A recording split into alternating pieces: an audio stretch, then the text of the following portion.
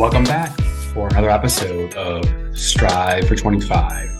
Joel Farrell here, and looking forward to sharing with you our guest today. All right, welcome to another episode of the Strive for 25 podcast, and this is Joel Farrell, and I've got a really cool guest on today in a place that I'd never heard of until recently, Eau Claire, Wisconsin, and Katherine Lillie. And please do our guest a favor and introduce yourself.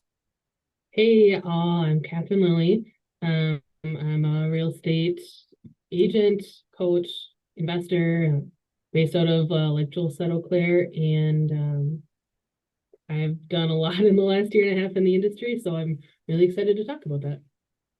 Cool. I mean, I've been in mortgages for 17 years probably, and our industry is not easy. I've seen a lot of Right. ups and downs, and you've been in it for a period of time and just kind of had a rock star, jump start. So let's start with that. Like, how did you get into the Sure. business in the first place, and kind of just go walk us through some of that real quick? Yeah, I managed a coffee shop, a chain of coffee shops before this, which on the surface sounds completely different than real estate. There's a lot of reasons why I left that place, but it all just comes down to the fact that I wasn't growing anymore, and looking for challenges and always improving is super important to me. So I just started looking for something different. And I had just happened to come across a Facebook post from the real estate agent that helped my husband and I buy a house, and just started a conversation that way. And one thing led to another, and in a couple months I was licensed and on the team and rocking and rolling. And, So and what year was that? that was March of 2021 is when I started full time as an agent. It's a Okay. little unique too, because so many people, from what I've heard, get into real estate because they want to get into real estate, and then they find a team or a brokerage that benefits them that they want to be a part of. And mine was a little bit different. I really resonated with the team that Dan wanted to build, my mentor and our team leader, Dan Joseph. I resonated with the team he wanted to build, and I had a lot of skills in that area too, and just wanting to make huge impacts on people's lives, whether it's team members or helping someone buy a house is no small thing either. So I really resonated with those things, and that's why I joined. Okay. So you joined a team. And what's the name of the team again? What's the company again? Yeah, our real estate team is Dan Realty Group, and we are Dan. Sounds a little silly, but Dan Realty Group. It's better than trying to pronounce his last name on paper, which is Jerseth. Um, and we're powered by Place and EXP. So EXP is our brokerage. If you're in real estate, you've heard of them. Hmm. Place is a little bit smaller, but super awesome. We've partnered with them. It's pretty new still, so maybe about 3 months. And the most simple way to describe Place is a technology platform that has every system and process built out that a team could want, so that as we build our team, we don't have to reinvent the wheel. Someone else has already invented the wheel for us. Cool. So let's fast forward a little bit and then Mm-hmm. come back to this. Okay. Sure. So in your first actual year, so a partial year of 2021, can you kind of explain like the metrics of your city and the number of people and transactions that the team did versus other? I mean, kind of give us a little bit of background on this because it's all Mm-hmm. relative. It is, yeah. I was the first agent to join the team in a sense. So before me, it was just Dan, solo agent rocking it, and a pretty high producing agent for himself in Eau Claire. We have just under 70,000 as a population. And then you've got the Eau Claire suburbs, which are like 5 and 10,000 size towns. So we're pretty much in the entire, based in Eau Claire, but go about an hour out from there in terms of serving different groups of people. And we're probably around, yeah, I mean, 100, 125,000 for the population. Um, Dan was a super high producing agent in our market with roughly 60, 65 transactions by himself. And that was him going through 2020. I joined March of 2021. and had 30 transactions in those first 9 months. And now coming into November of 2022, total for that year and a half time frame, I'm at 75 transactions. So 75 families or investors or friends that I've helped with real estate. Okay, so if I don't know anything about real estate, like what does that number even mean? Right. That's a good question. That sounds like a really low number. It's not even triple digits. Like it's a low Right. It's number, not right? even triple digits. No, that's a good question. And it's something that I kind of struggle talking about with people that aren't in the industry because of that exact thing. I don't want to come off as bragging. And I also don't want people to think like, okay, what does that mean? The average agent with a year and a half of tenure will close roughly 5 transactions. Okay. Can you repeat that one more time? How many? The average agent in our market with about a year and a half of tenure, like me, closes about 5 transactions. Okay. Okay. So 30 versus 5, that's 6 times. Okay. And well, Okay. 5 in your first year even is a lot. Within the first 9 months, having a couple is seen as pretty solid and getting your foot in the door. So within my Okay. first 9 months, I had 30, and at this point, I'm at 75. And so roughly, people at this point, a year and a half in, will have 5, 6. That's pretty average Okay. over the So first year and a half. so as a group in 2022, what has the team done? Yeah, in 2021, where it was just Catherine and Dan, we did 93. And going ending 2022, we're growing our team a little bit. We'll have had 3 agents that were working the entire year of 2022, a couple that have just started within the last month. And we're on track to close about 150, the 3 of us. So that's a big number. So the That's a it, big number. if Yeah. Dan is a rock star doing 65 on his own, what does the average agent do on their own? Just that's been in the business for a while. Average full-time agent doing it for a while in our market will close about 20 transactions a year. Right. And then what about average purchase price? Average purchase Any price in data? our area is going to be about 225, 230. So we're definitely one of the lower purchase prices in terms of real estate in general. We've got homes that are $50,000 and need some rehab. We've got homes that are $1 million and huge lake houses. But our average price point, 225. Okay. So just a quick segue. I want to dig in more into, the team and how the team process and power, I'm sorry, place was able to help you grow and just dig in so quickly and succeed and excel. I'm going to come back to that. But from a overall conversation part, we're going to dig in because you do some coaching and presenting, and you have your own investor journey as well. So I'm going to just let the listeners know this is where we're going to be heading with this conversation, because at this channel, again, it's all about building wealth for the everyday person. And real estate is just one way that the everyday person can build wealth. And in real estate, again, we talk about this all the time, is powerful. We talk about compounding on appreciation, and then also, compounding on paying down a mortgage, and then also tax stuff, which is down the road stuff. So, Right. so you guys are rock stars in your market. Things are going well. Where is Eau Claire again? If someone's looking at a map, I mean, Yeah. are you a Green Bay Packer? Are you near Green Bay? I am Or are a you diehard a Green Bay Viking? Packer fan. Okay, okay. So Not a Vikings fan. if you look at your hand, if you just look at it in front of you, that's pretty much the state of Wisconsin, like this. You've got like a peninsula going up. Yeah. And you pretty much go right directly under your ring finger. That's where Eau Claire is. Okay, so you're closer to Minnesota then, technically Yeah, we're speaking. closer to Minnesota and the Twin Cities than like Madison or Milwaukee. Okay. So Eau Claire, how do you spell that? What does that even mean? You told me this, but Yeah, for the listeners. it's EAU and then Claire, like the name. Eau Claire, 2 words, means clear water. We've got a ton of water, a huge river going through the city of Eau Claire. Chippewa Falls, a little bit north, has a lot of water as well, and a big lake. And yeah.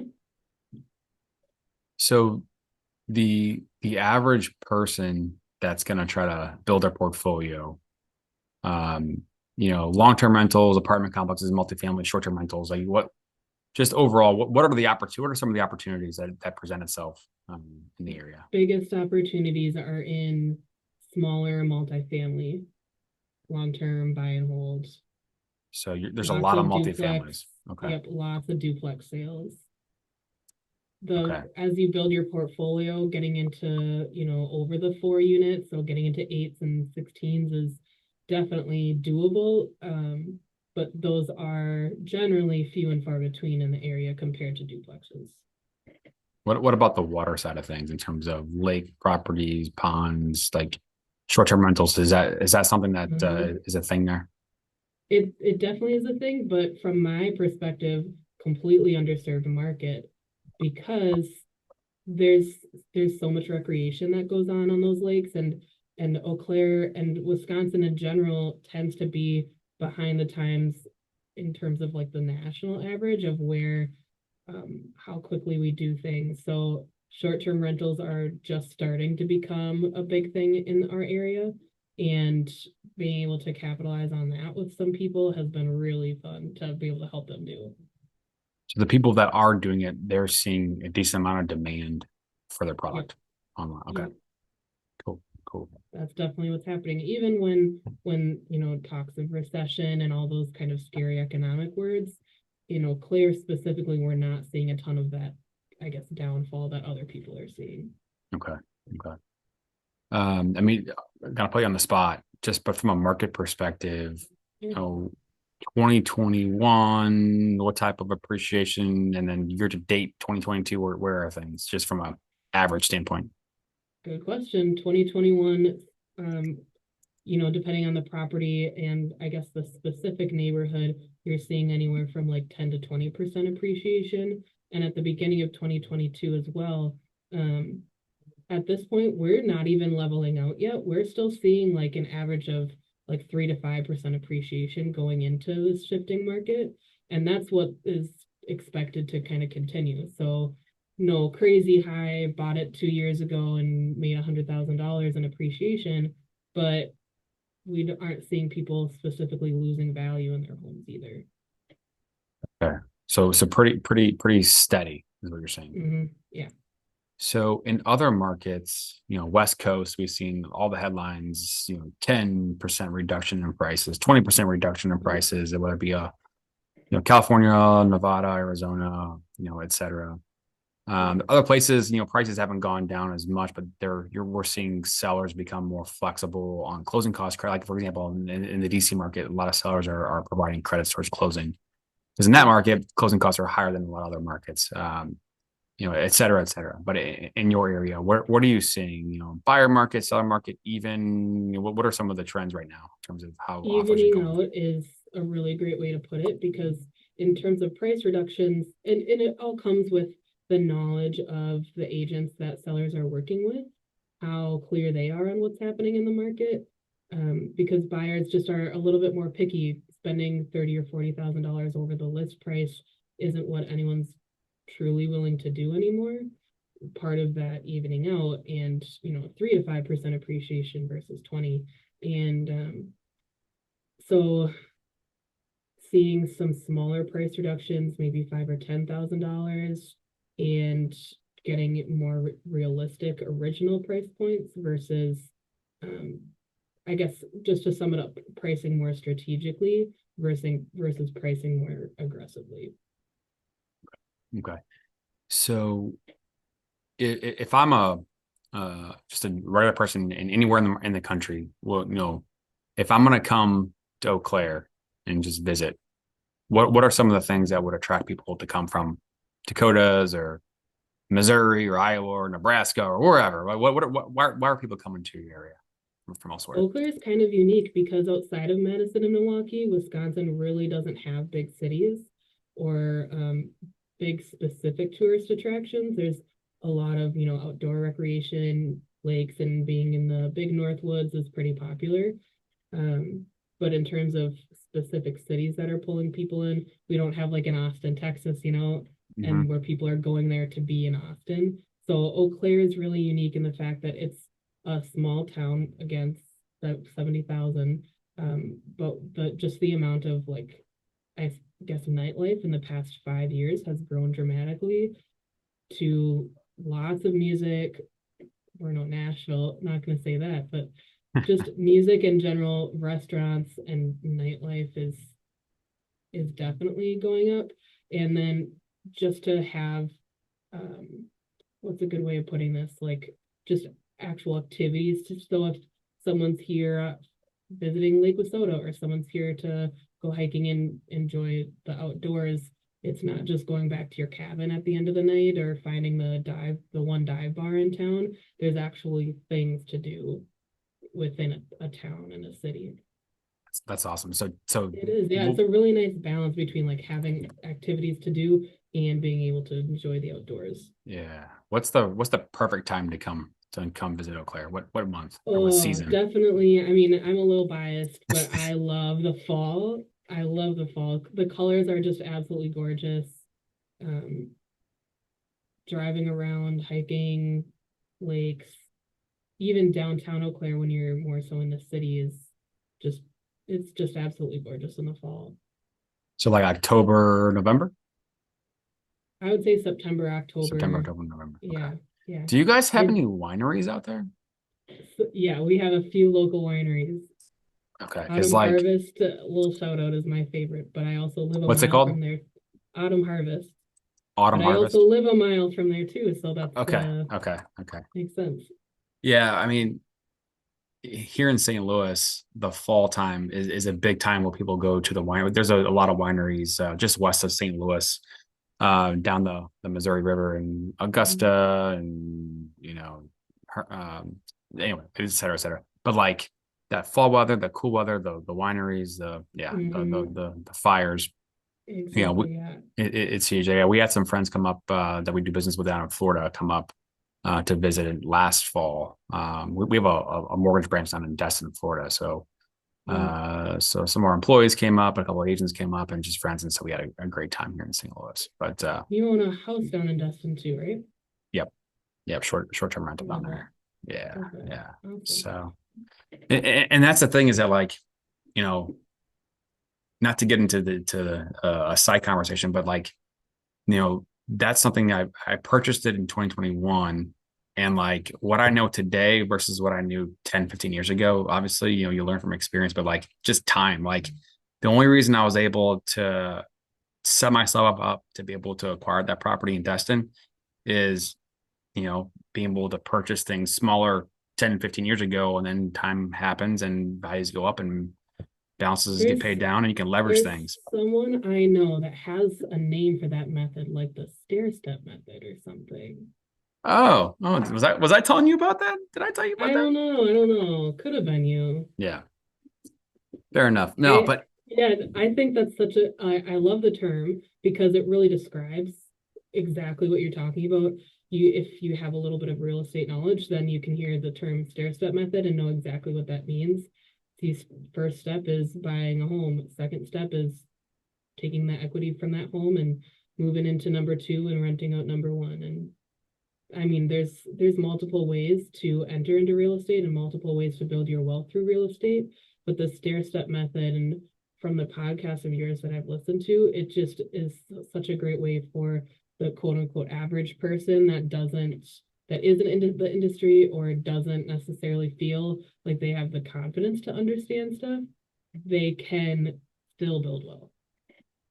yeah, I mean, thank you. First off, thank you for saying that. But just getting in the game, like I was just thinking about this morning because I was having a conversation with somebody. It's like, I played baseball growing up, and it's like you can take as much batting practice as you want. Somebody from 40 feet away throwing your your batting practice ball, but it's nothing until you get into the game when you're facing, whatever pitching you in your age group. And once you get into the game and you have, a few at bats, let's say it's your first game, right? I mean, it just takes a little bit of time to get adjusted into that game feel. So just getting in the game, getting that first one, doesn't matter how big or small, just getting that first one, get you in the game. And then, in one of the videos that I mentioned on Instagram, I was, saying, hey, you buy a house, right? You become a homeowner. And if you buy the second house, but you sell the first one, you're still a homeowner.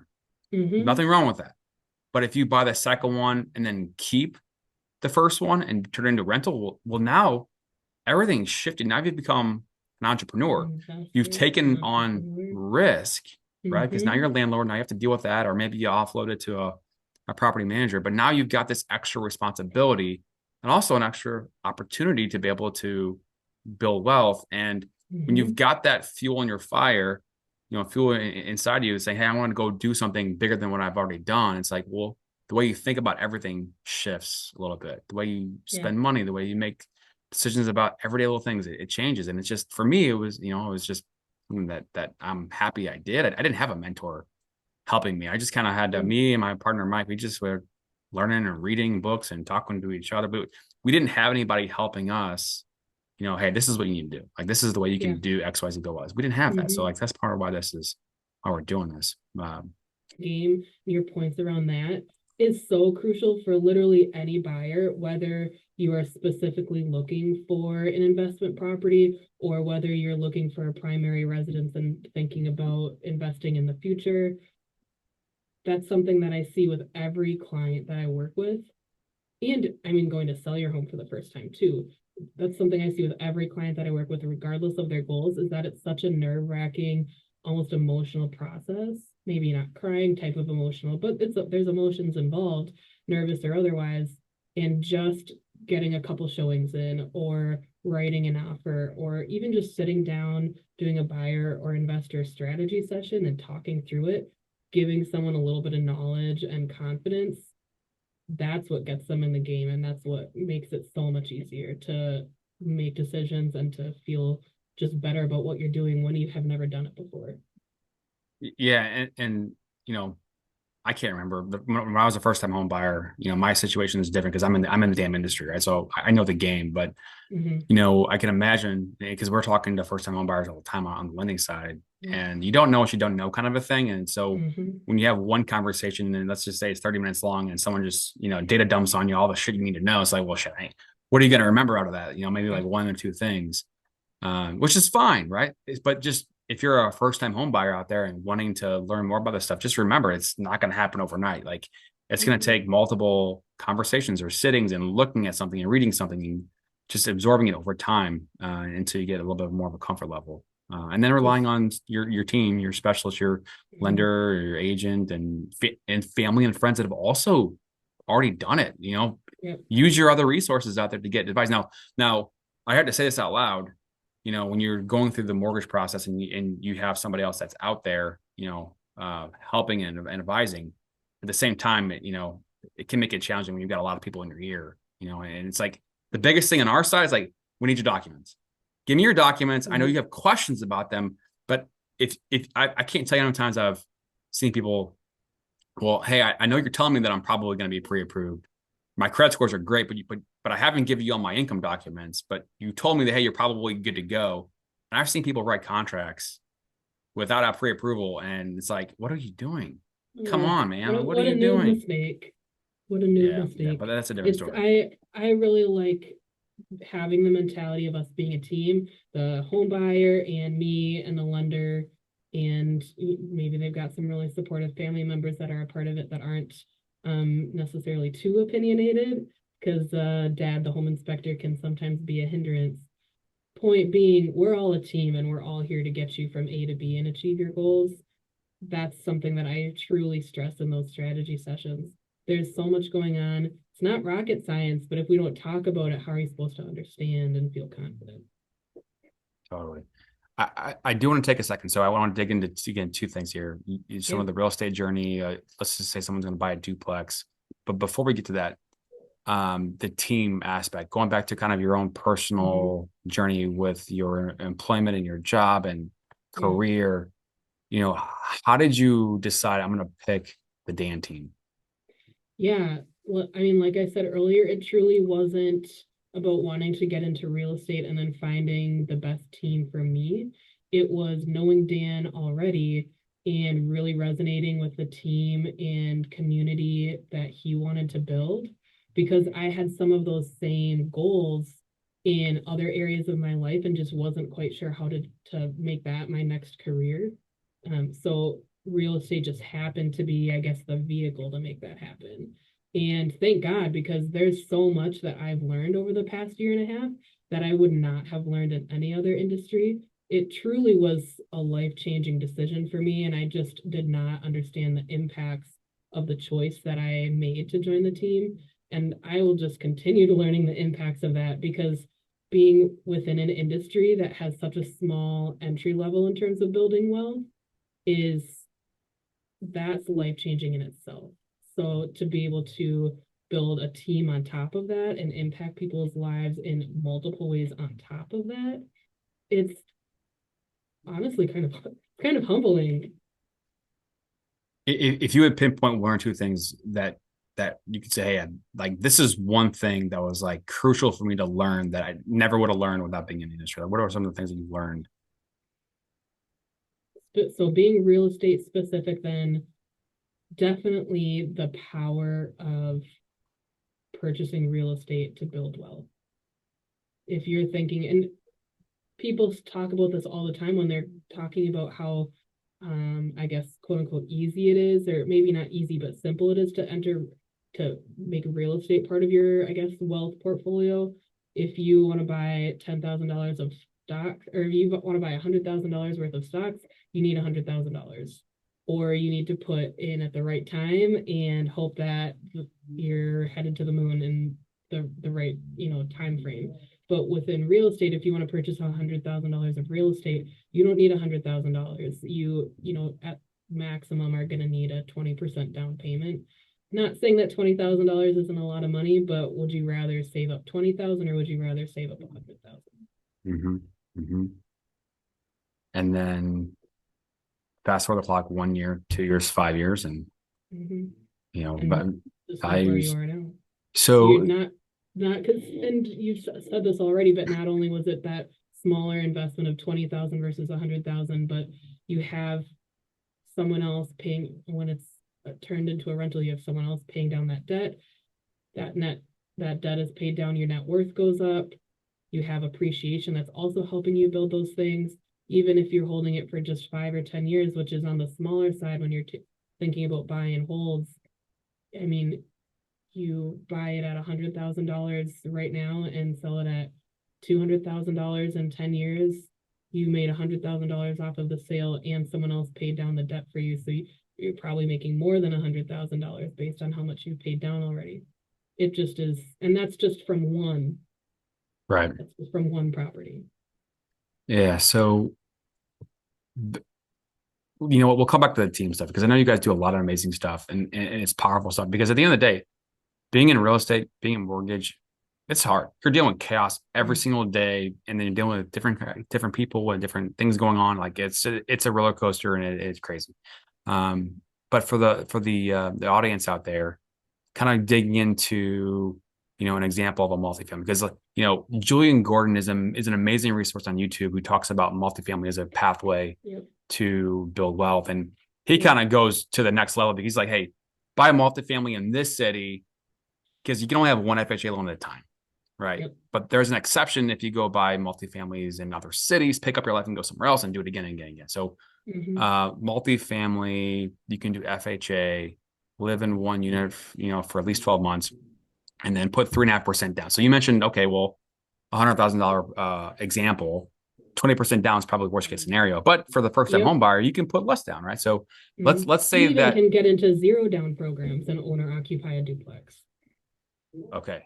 So like a down payment program, for example. Yep. Okay. And then seller cover closing cost. Boom. Mm-hmm. So what would be an example of kind of your middle of the road average duplex or multifamily in general? Like what would be an example of purchase price?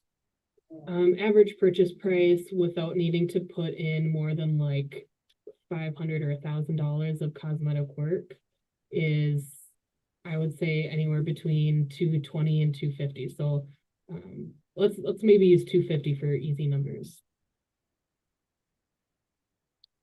Okay. So 250. So what, and that would be a duplex, right? Yep, let's say 250 for a duplex.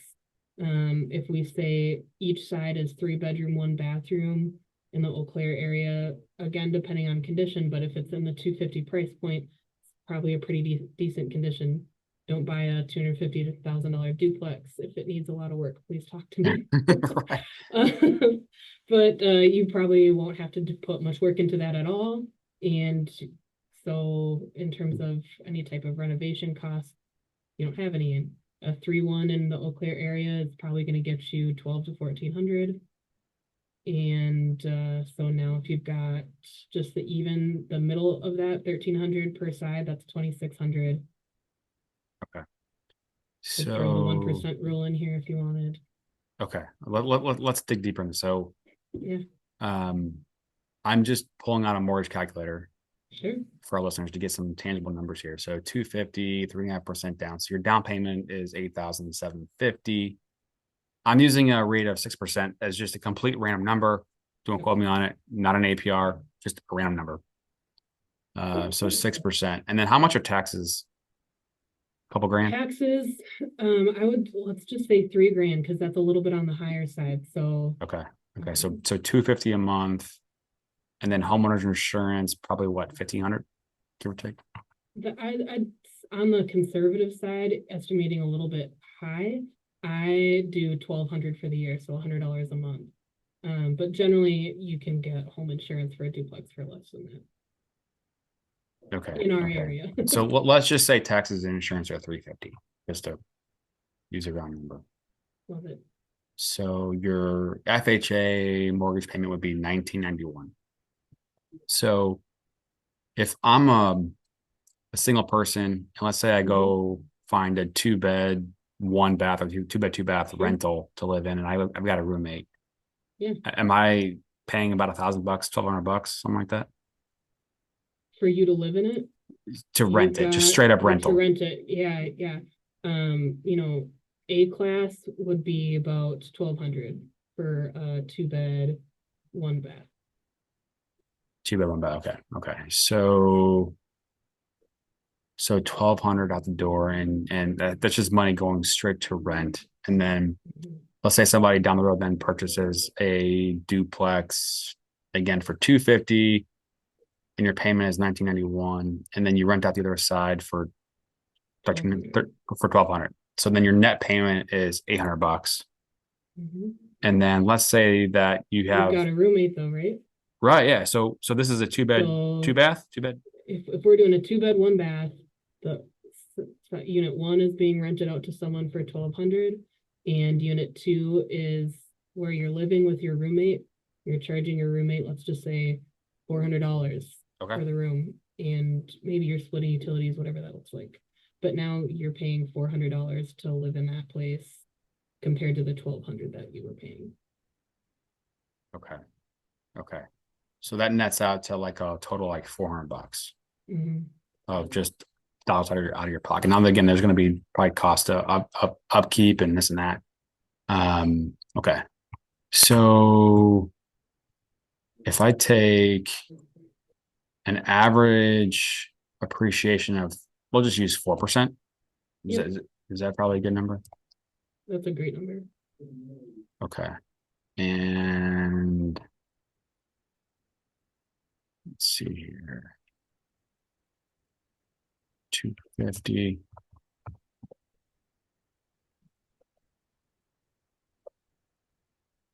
should have these calculations put together. Right? But 5 years out, I mean, that puts you around 300,000-ish. So, I mean, your appreciation is 50 grand in 5 years. That's not bad. Not bad. Because in this market, you can probably get close. Not bad. Right? Yeah, and this is an example of something that I use quite a bit. And I actually kind of got this idea, reverse engineered it from a Keller Williams book. I forget the name of it. But $10,000, and let's say you get a great return on stocks of 10%, right? $10,000 at 10%, that's $1,000. It's a great year in the stock world. And then now you have $11,000. $11,000, right? So then you, in the same instance, you take that $10,000 and have it as a down payment on a house for $300,000. And let's say you get that same 4% return in the first year. So when I asked this question, a lot of people are thinking about the dollars in rather than the actual asset. Like you said before, Yeah. you're purchasing the entire asset. So the entire asset is appreciating, not the portion that you own. Yep. So that first year, you're getting $12,000 of appreciation in the first year. Mm-hmm. So same dollars in theory, and $12,000 of appreciation to one. That's a massive difference. It's a Not massive difference. massive. It's not like you put the 10,000 into stocks and just forget about it and you buy the house and you just forget about that too. I mean, there's obviously a little bit more effort into the house, but to 12x the amount that you're making for just maybe a slight amount of more effort is it's a no-brainer. But for some reason it's portrayed as more risky to purchase the real estate than it is to put money in stocks. Yeah, imagine if you put 10 grand into stock in the S&P 500 in October of last year. You have no control over what happens to that money. Yeah. So simultaneously, I was trying to do a quick calculation on the pay down of the mortgage over 5 years. Yeah. And you're in like the 270 range. So if you pick up another, 10, $12,000 of equity based on paying the mortgage down, which again, if you're renting that entire time of 5 years in, your money's going to pay someone else's mortgage or whatever. So again, and even just thinking out of pocket $1,200 that you're paying for rent versus, you have renting, you own the place and your max out of pocket is $400 a month. Even just that simply, would you rather pay $400 a month or $1,200 a month? Yeah, that's huge. That's huge. Mm-hmm. So then, this example, you go on and say the person buys, a house 2 years later, 4 years later, and then turns it into a full-time rental. Then you're talking $2,600 of rent versus a $1,900 payment. And then, your mortgage is fixed, right? You got a 30-year fix. It's not going to change. Now taxes and insurance can go up over time, but rents are going to go up every year. Plus you've got the PMI that'll come off eventually. Correct. Dropping that payment. That's a whole other rabbit hole that we could jump down. Right. We don't need to do that, but your payment, if anything, you're going to refinance to bring it down more. Yep. So it'll be smaller than 1,900. And at this point, if you're getting 26 per side, that's $700 of cash flow with that max monthly payment. You definitely have room to budget for saving for maintenance costs in the future, for paying a property manager, so you can almost wipe your hands of the day-to-day activities. And then think about the cash flow if you decide to spend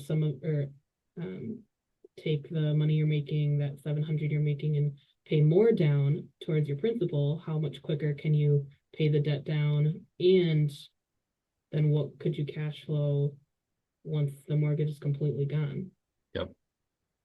Yep. And that's the thing, is that, going back into some of the coaching that you're doing, and I guess educating other people about real estate.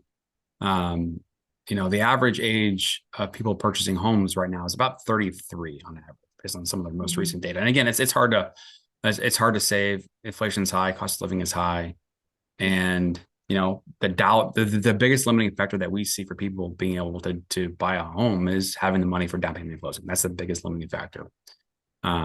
But like one property, if you take 33 and instead of do it at 23 and you got 10 years head start on somebody, I mean, we could do all the math for you. And maybe we'll put a link to something down below. But the math is just crazy. We talk 10 years of appreciation and then paying down a mortgage. The example we just did, you made $50,000 in appreciation over 5 years. So let's just say it was $50,000 over 10 years. That's still $50,000 that you made simply by purchasing a home. Yep. Yeah, I actually just ran the number. So 250 appreciating at 4% over 10 years. Yeah, you're basically at 355. So that's a little over $100,000.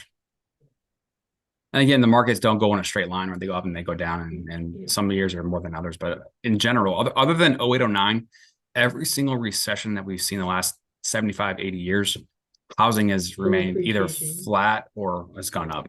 Still appreciating. Yep, yep. And on top of that, in a 10-year period, for, again, like you said, ups and downs, but on average over a 10-year period, you're starting here and you're ending here.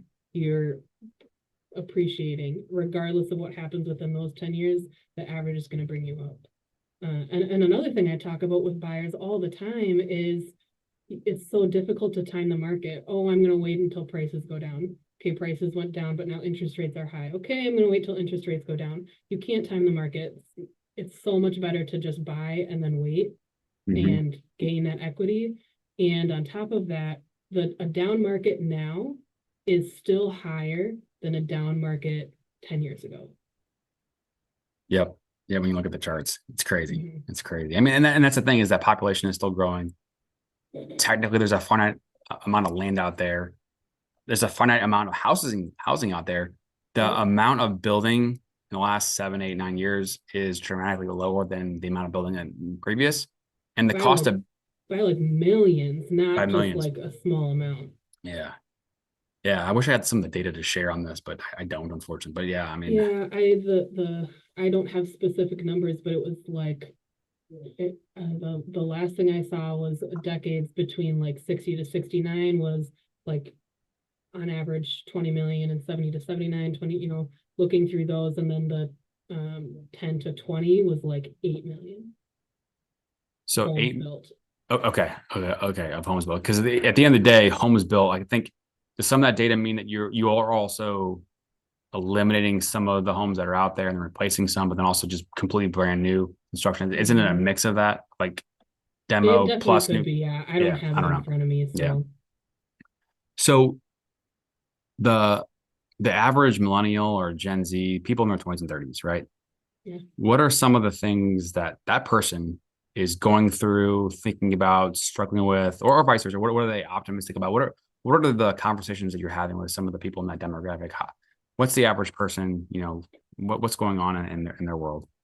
The average person, regardless of what is going on in the world or specifically in their life, when it comes to real estate, the 99% of the time, the biggest struggle we run into is a lack of knowledge and a lack of understanding. When people say, I'm going to go buy a house, if you don't understand what that means, you think that they're completing this major feat. And it is super major to purchase real estate in terms of, I guess, achievement unlocked, quote unquote. But it's not difficult. And so many people, I guess, maybe idolize it as something that's unachievable, which is just absolutely not the case almost ever. Can I have this image that's going through my brain right now of somebody that Yeah. you know did something that's opposite of what most people do, and I think the average person they think they have to be at a certain price level and they don't want to be at that very, very, very initial starter home price point where they can probably Mm-hmm. qualify, but they think they want to be up in this level. I mean, Yeah. is that something you're seeing too, that the average person, they're not willing to get in at the ground level where they can actually maybe qualify? I don't think, again, it just comes back to the knowledge side of it. I don't think it truly has much to do with what their purchase price could be, what they're going to qualify for.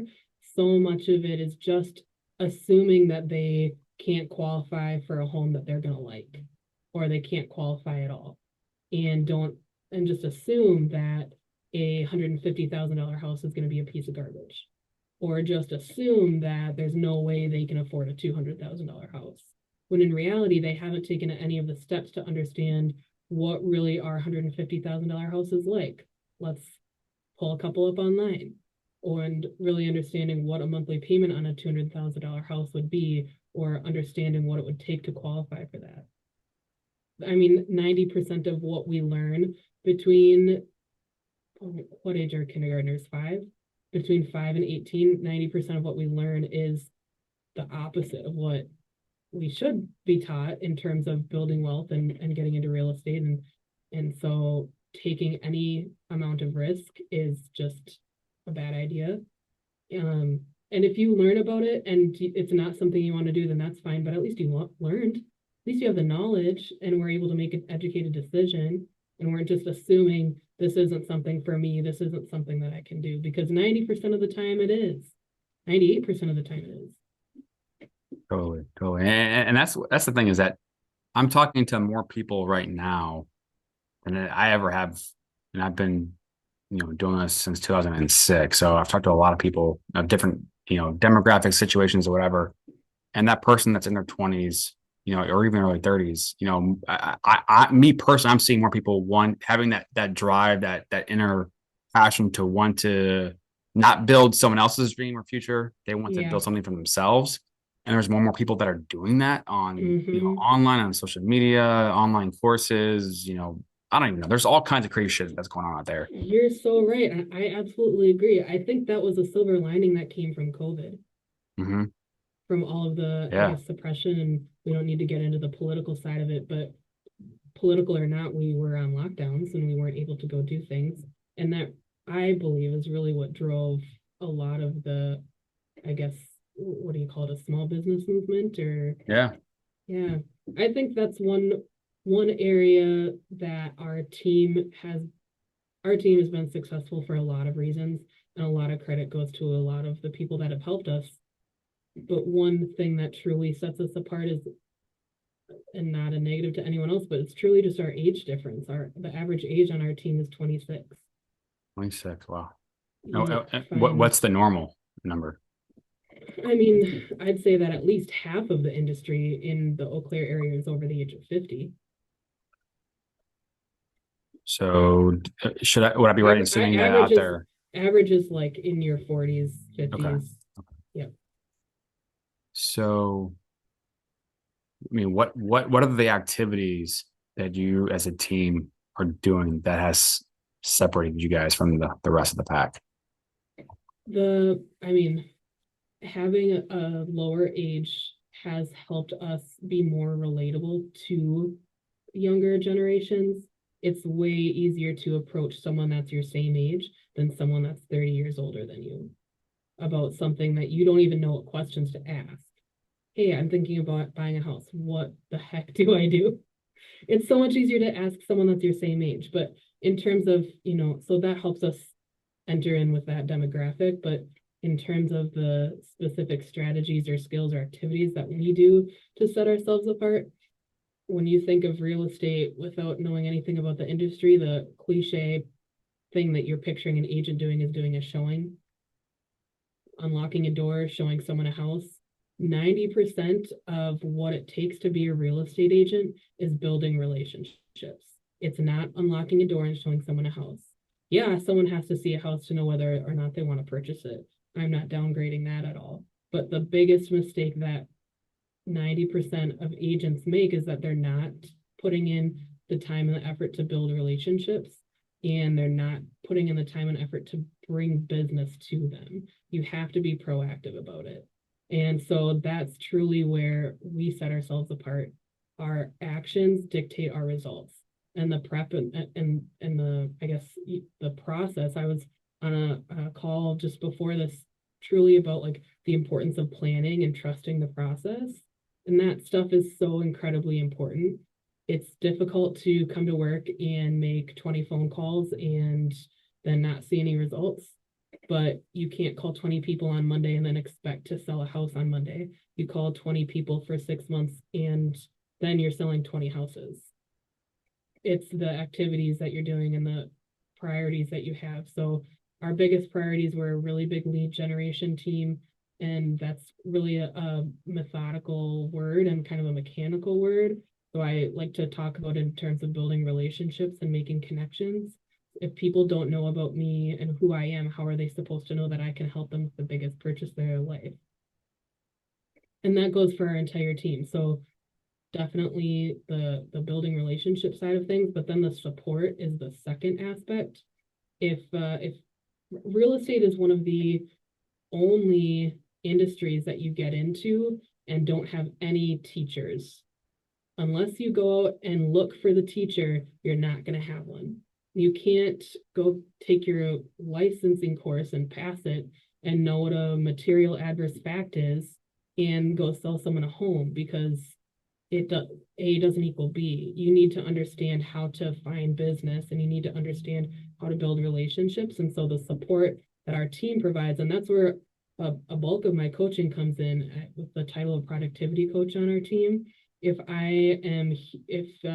you, Joel, are brand new, have never practiced real estate in your life, but you decided it was a good decision and you have your license, you join our team, and I am here to help you go from zero production to 24 transactions on within your first year. And what's it going to take to do that? And what accountability do you need? And what skills do you need to learn? I'm here to help you do that. And we've seen it happen already. I mean, the next agent to join the team after me, Devin, he's an actual badass. In my first year, 9 months, 30 transactions closed. Devin is just coming up on his 1 year, and I think he's at 35 closed and pending. So it just gets better and better. And the support that we're giving people is truly the support plus the importance or the priority of relationship building. Those two are the key factors that are what are pushing us to be successful. So when you say relationship building, does that kind of fit into the consistency and follow up and putting a process behind that? Yep, absolutely. You can't expect to call 20 people. Let's just say you're cold calling a neighborhood, trying to see if anyone there is wanting to buy or sell real estate, because that's something we do. If you just call them and ask them a question, what is that going to do for them? You have to practice what that conversation is like. You have to be prepared for different rejections that they're going to give. You have to be truly committed to providing them value.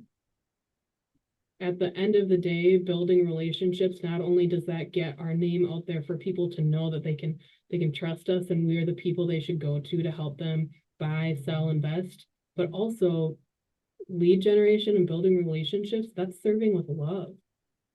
I love what I do, and I love the community that I work in, and I want to serve that community to the best of my ability. And if I'm not calling someone telling them how they can improve their life, or if I'm not having a conversation about why our team is the best team to work with when they're looking to buy or sell, if I'm not doing that, how am I serving them with love?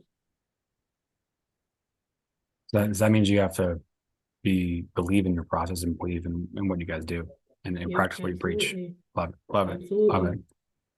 So, and that's where, so coaching, the productivity coaching on the team.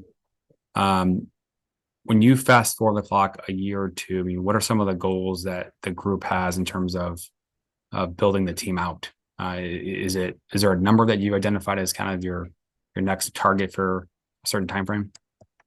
Within the next 12 months, so by like October timeframe of 2023, we're looking to have 20 agents on our team.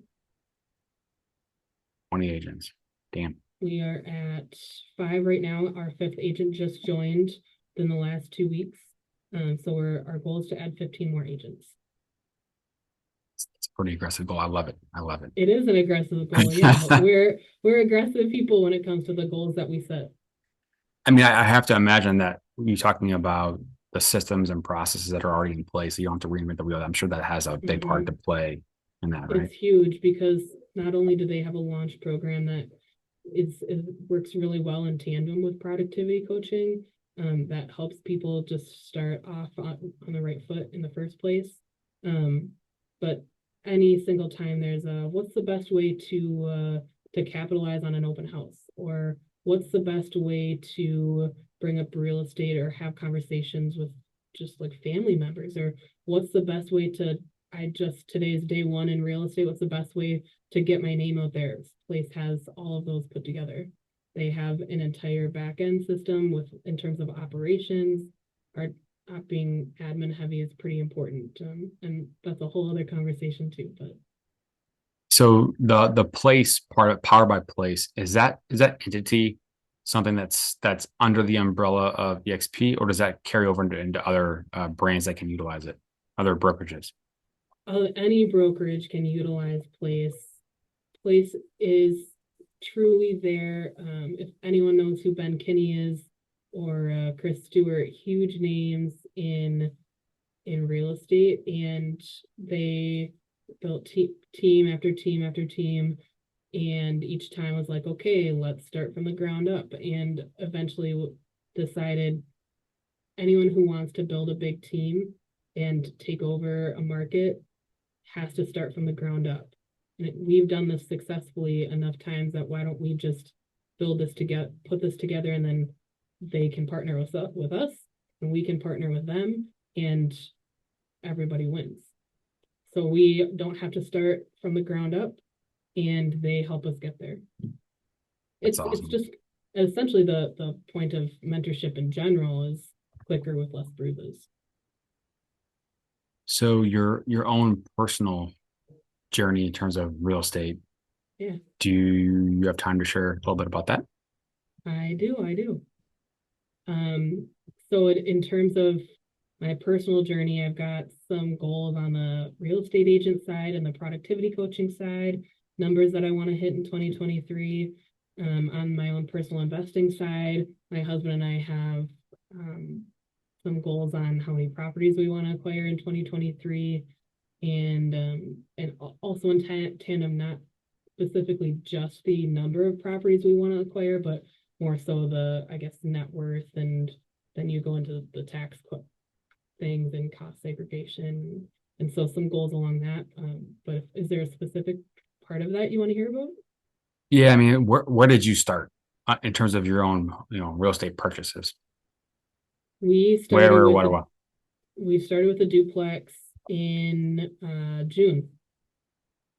We had to do some renovations, pretty basic stuff like carpets and paint. Mm-hmm.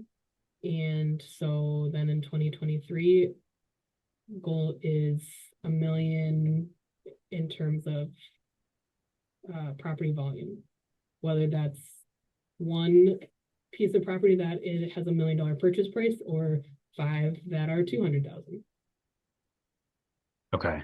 So, the example that we talked about earlier was the stair step method, right? Where you're purchasing as a primary resident, and then the next one you're purchasing as a primary residence as a slight upgrade. I didn't go as far back as, so we purchased our primary residence in April of 2019.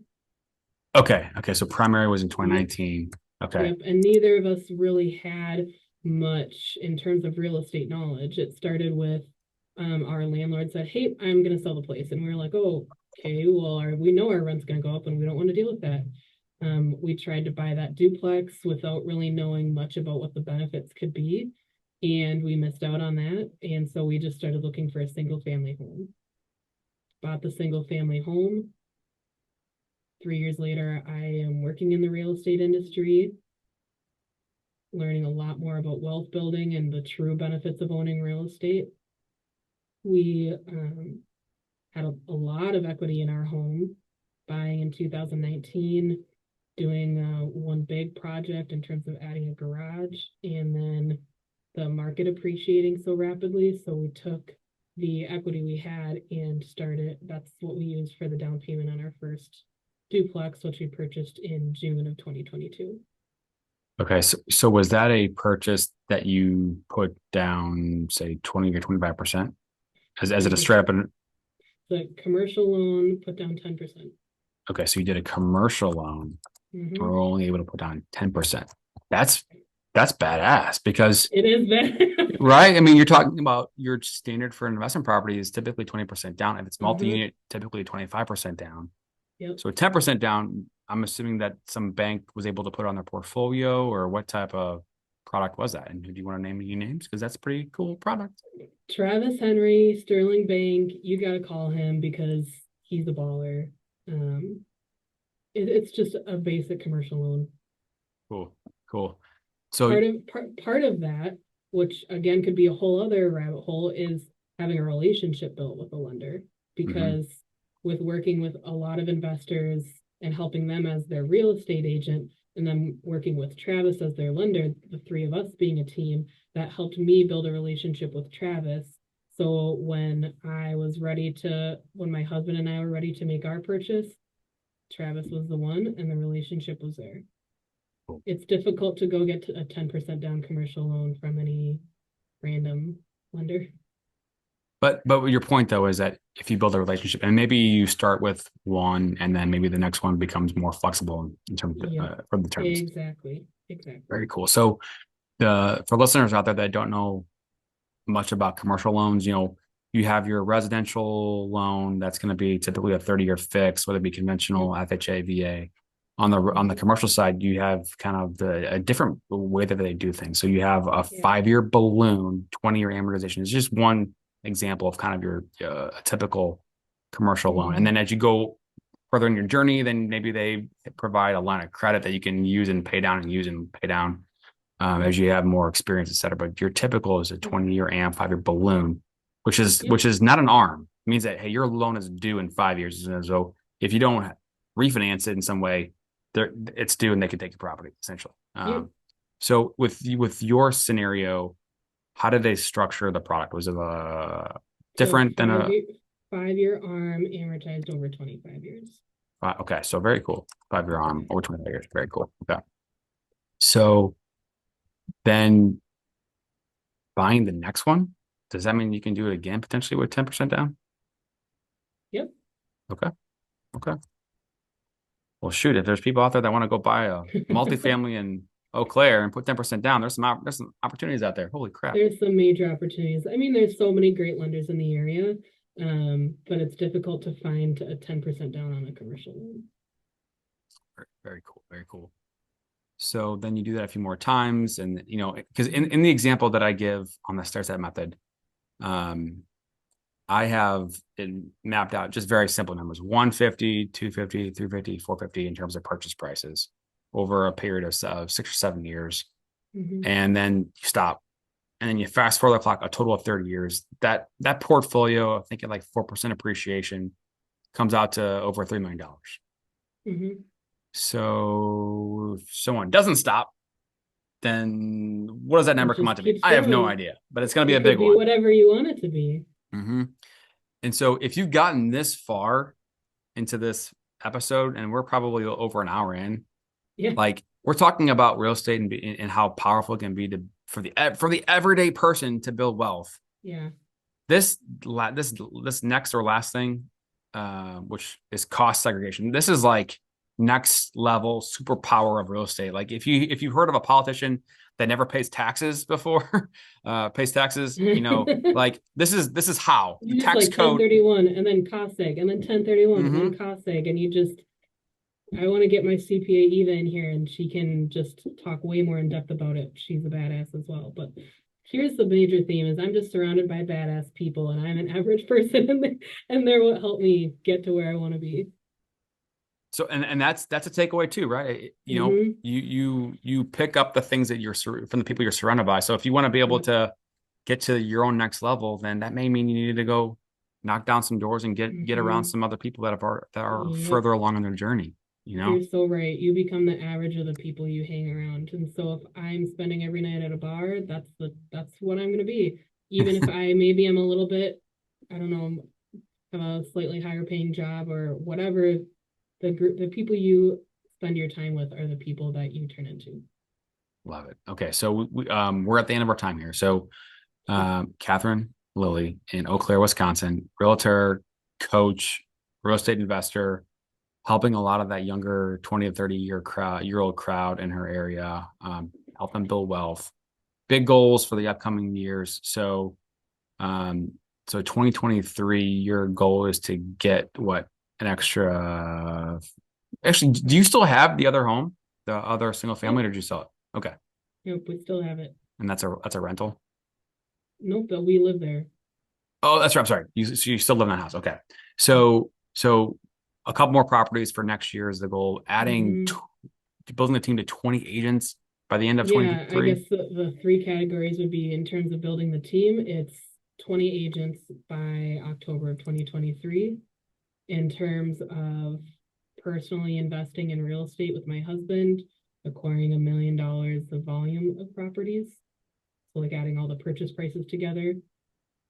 And then personally, for my real estate transaction business, My goal is 100 transactions in 2023, which is a major feat and stupid crazy, and I'm gonna freaking do it. Okay. Well, if you got processes and You heard it systems, here then first. there you go. Now I'm telling the public, so I have to do it, right? Right. Well, maybe they can help you out. And you know what? I didn't do this earlier, and I do apologize. Where can they find you online or whatever? Add me on Facebook, Katherine Lillie.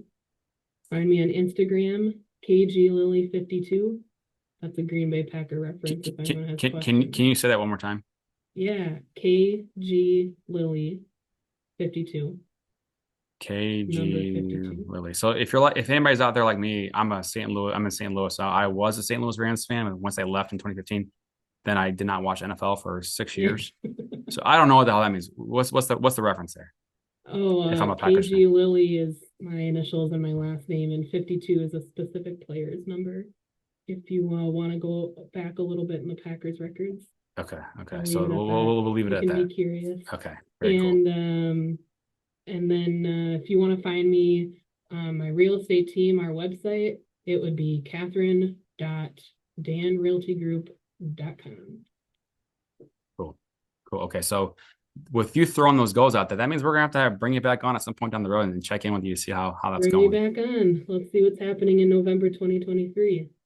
Cool. And then if one of the teammates or people you know decides, hey, I'm gonna go buy a beach property in Florida or in the Outer Banks, North Carolina, or somewhere else cool, and we can connect to some other people in those worlds too. So good stuff. Thank you so much for coming on and spending time with us. Can't wait to have you on again. Absolutely. Thanks so much for having me. I just truly appreciate the conversation and the platform. Love it. All right. Thanks, Katherine. See ya. Thanks, Joel. Bye.